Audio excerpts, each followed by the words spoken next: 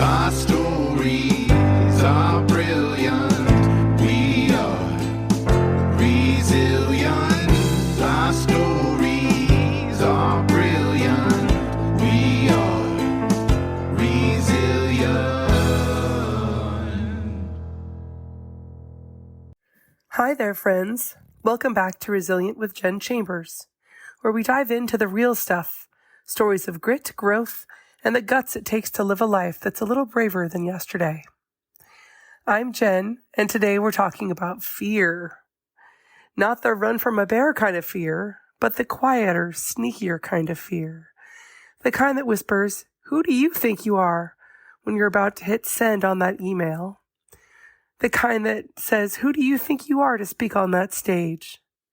Or who do you think you are to say yes to something big and wild and maybe a little messy?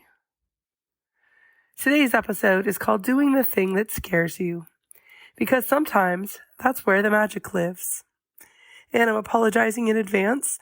I wasn't able to speak in my episode last week because I had lost my voice from having an infection. But today you get me all raspy because I'm showing up anyway. So, to start today, we're going to talk about the TEDx leap, my story of fear and permission. So let's get into it. A few years ago, I don't know, more like 8 years ago, maybe 10, I had an idea. It started with this tiny, spark-sized little tiny mini idea. What if my town had a TEDx event? A real one, with local voices and big ideas and people gathering to dream and to connect. I started watching TEDx talks after I watched my first one with Amanda Palmer. Her TEDx talk is one of my very favorites. And I thought, I see all these TEDx's, smaller local events. Why not me? But then the fear part kicked in. Because I didn't have a blueprint. I didn't have a team. I didn't have any funding. I didn't even have permission to do it yet, or a license. I really wanted it. And I was one person with one idea. But I did it anyway. There was a million reasons not to, right? Fear said, "You have no idea what you're doing." And fear was a little right, but something louder. It was curiosity, maybe. Something in me said do it anyway. So I filled out the TEDx application, and I waited. I asked people that I admired in lots and lots of different kinds of absolutely different careers and all different kinds of genres. I just admired them, and I thought they were doing something interesting. And to me, it was important to have female-identified voices, because that's something I write about a lot, and it's on always underserved audience. Some people said yes. Some people ghosted me, but I kept going. And when the day came and I finally got the permission from the TEDx people, I thought, this is what it looks like. I'm living outside my comfort zone. I could see myself on stage announcing everyone. And it happened. It was one of the most amazing and scary things that I've ever done. And I did it not because I wasn't scared, but because I was scared. But I thought it would be really interesting. And I was really curious. And I showed up anyway. It turned out to be so cool. When I recorded it, when we had this was a time when recording equipment was super expensive. This was right before smartphones were a big thing. So I had to hustle to buy actual recording equipment, like cameras and things. And I had to get donations for all the food and drinks. And I had to find a venue, all the things that I had never done before. I literally had no idea. I picked the name TEDx Vanita Women because it was aimed at women and female-identified people. and my name was accepted. That's part of the whole thing. You have to have your name accepted by the TEDx people, and you have to do things by their standards, which makes sense, completely appropriate. And it was a lot. It was a lot. In retrospect, it makes a lot of sense that most people who do this, they put on their own TEDx and they have a panel and a whole lot of people to help. I did have a lot of help, especially from the venue and people to help run the show the day of. And of course, all the people who spoke, nobody got paid to do their talks. I also got around having to pay for any speakers' travel, luckily, because it was a local event and only local people came to speak. That was part of the point, though. I wanted to feature the breadth and talent of the people who lived in my area. I had all kinds of people, a female comedian who is absolutely wonderful. Her name's Leanne Joshua.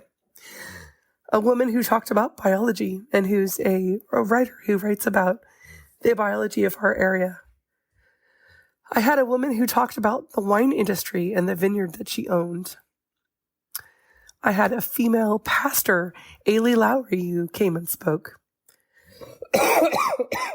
Excuse me. I also had my friend Beth Robinson, who is an international art conservator and an educator about grief.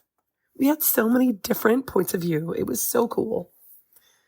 The event was super awesome. We even had 2 local schools come in and bring girls from grades 4 to 12 to come watch. All these amazing women spoke and shared their incredible, vast amounts of knowledge. It was a huge success. Mostly. What was not a success? The filming.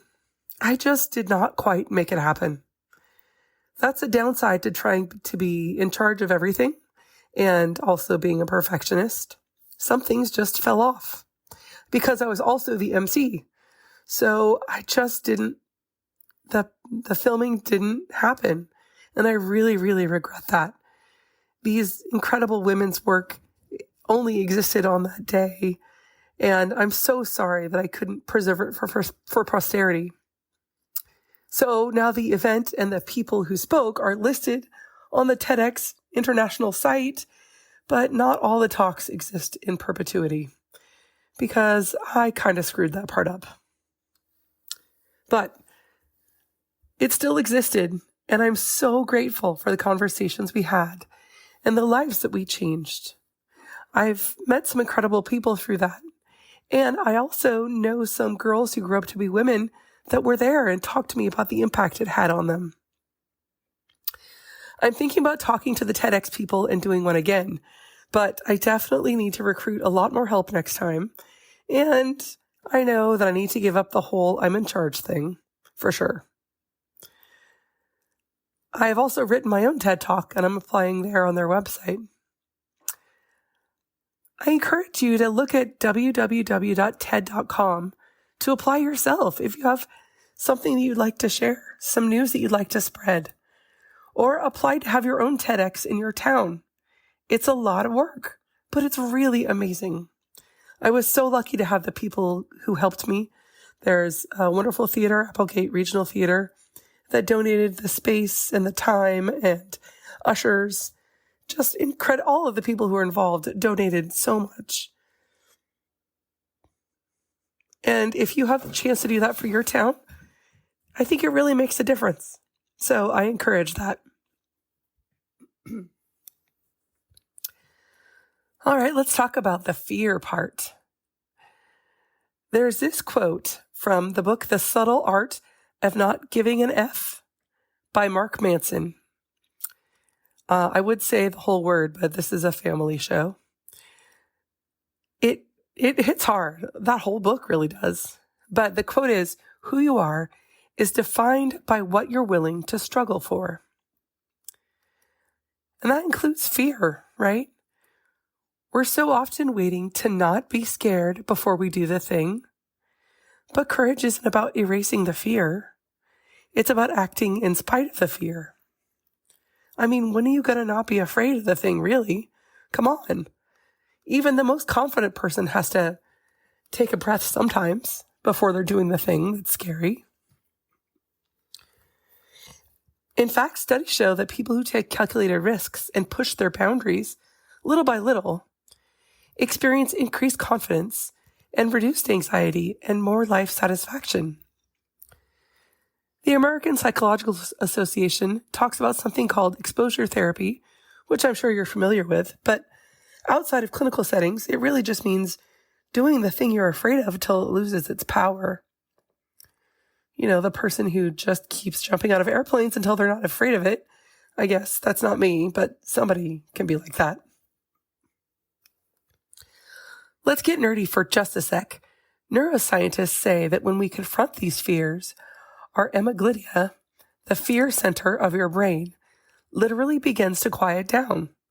That means that your courage isn't just emotional, it's biological. You can literally rewire your fear response. You make your brain more malleable. You create those new pathways. I'm all about the new pathways. It's kind of the way I have to be. And also, you boost your confidence because you know that you can do things you didn't before. And expanding that comfort zone just keeps getting better. I found this study as well.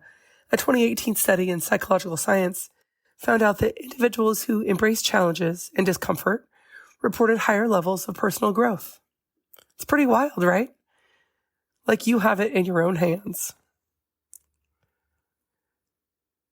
All right, you're in good company. Let's talk about fear and fame.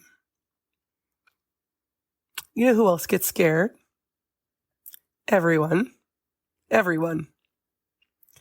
Maya Angelou once said, "I've written 11 books, but each time I think, they're going to find me out now."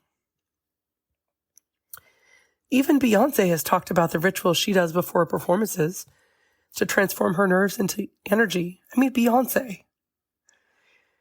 And Eleanor Roosevelt, who basically wrote the book on doing scary things, she once said, do one thing every day that scares you. That's a really often misquoted quote, but I try to keep it in mind. For me, the scary thing is a moving target, and I imagine for most of us it is. I mean, asking people to come be on this podcast is scary. Submitting manuscripts is terrifying, and I do it all the time. I like to try things that make me wonder what will happen. What's going to happen next? I feel like that's a good barometer. I'm not talking about I don't care if you challenge your fear of spiders. That's on you, whatever. You can be afraid of spiders, that's fine.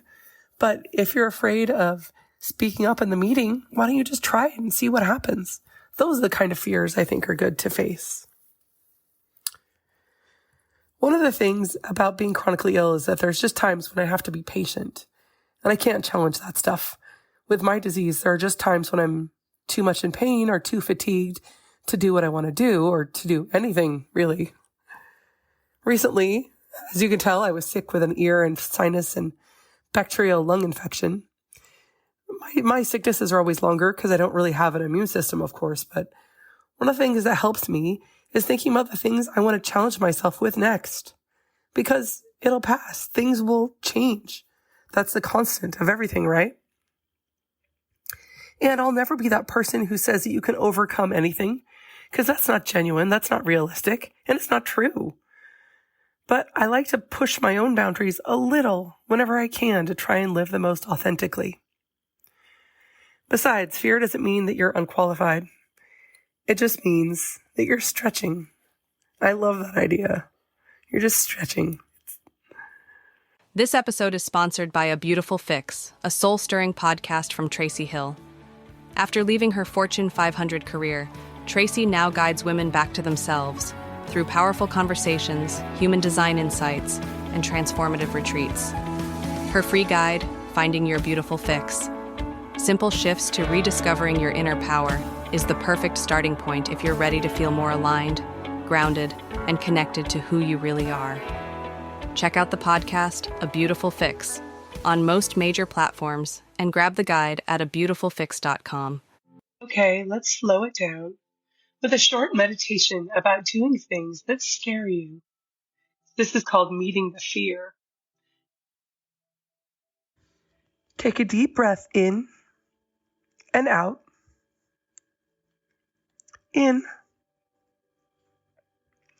And now blow it all the way out. Now get back to a regular breathing pattern. Let's imagine yourself standing on the edge of something new. Maybe it's stage. Maybe it's getting ready to have that conversation. Maybe you're sitting in front of a page that's waiting to be written. I want you to really think down and feel the nerves in your body as you imagine yourself there. Really put yourself in that place. Remember that feeling, because that quickened heartbeat, your breath that might be coming a little bit faster now, that's your spirit saying that this matters, that what you want to do is important. Say to yourself gently, I am allowed to be scared, and I'm allowed to move forward anyway. I am allowed to be scared, and I am allowed to move forward anyway. Now breathe that in. Let the fear be there, but not in charge. It's almost like the fear is a separate part of yourself. Now picture yourself doing the thing. Not doing the thing perfectly, not saying every word of the speech that you want to say exactly right, but just doing it. Imagine the pride you're going to feel on the other side, the spark that says, I did it and it was important. Imagine how that's going to feel. Hold on to that. Really breathe into it and let it kind of fill your mind and your consciousness, that sense of pride. Breathe into that for another breath or two. How does it feel? You're on the other side of that. When you're ready, come back to the room. I really like thinking about actually doing the thing and imagining yourself, putting yourself in the space of doing the thing that scares you. It's almost like a rehearsal, right? And the more clearly you can visualize yourself there, the more likely it is that that's actually going to happen. So I encourage you to do that meditation once a week or so and think about exactly where you want to be and how you're going to be once you do the thing that you really want. All right, now we're going to do a short writing exercise. You can save this, press pause, get out your notes app or your journal. I have a prompt for you about your brave thing. Okay, you can write this down or record it. What's one thing that I want to do that scares me? And what's the smallest first step I can take toward it? I want you not to judge the answer. Whether you're writing it down or talking it out, just let it come, big or small. It might be starting a business. It might be speaking the thing that's really true for you. It might be asking for help or a raise. What did your deepest mind tell you that you might want to do? When you were doing that meditation, what were you doing? And digging down, what can you do right now just to begin that journey? If you want to start a business, buy the domain website. If you want to go to school, look up the school's requirements on the internet, whatever it is. I'd really love it if you guys would write it down. And hey, email it to me if you want someone to be accountable to or to cheer you on. I'm serious. Accountability can be magic. I have a group that I meet with weekly. It's incredibly important. We talk about our wins and we cheer each other on, but we also tell each other about the things that we're going to accomplish and how we're going to do that. And it helps so much.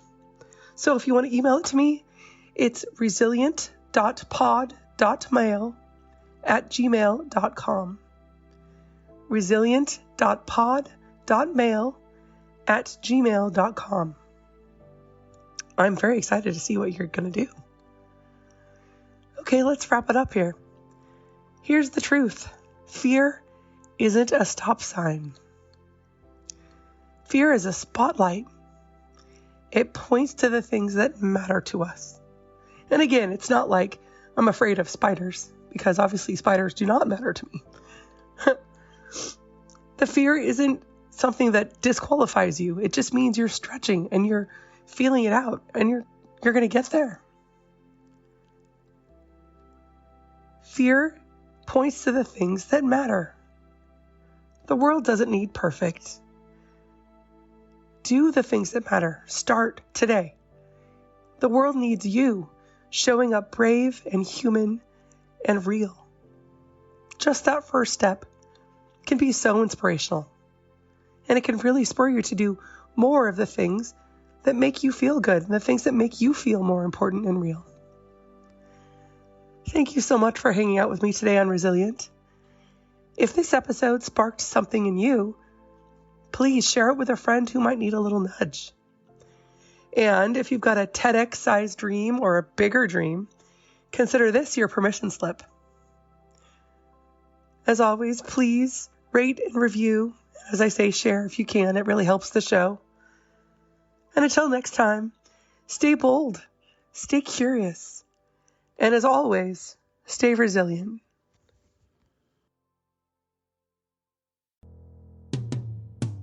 Sometimes we have to start over. Sometimes we have to fight back. Sometimes it's all too much. Lost inside the black. Our stories are brilliant. We are resilient. Our stories are brilliant. We are resilient.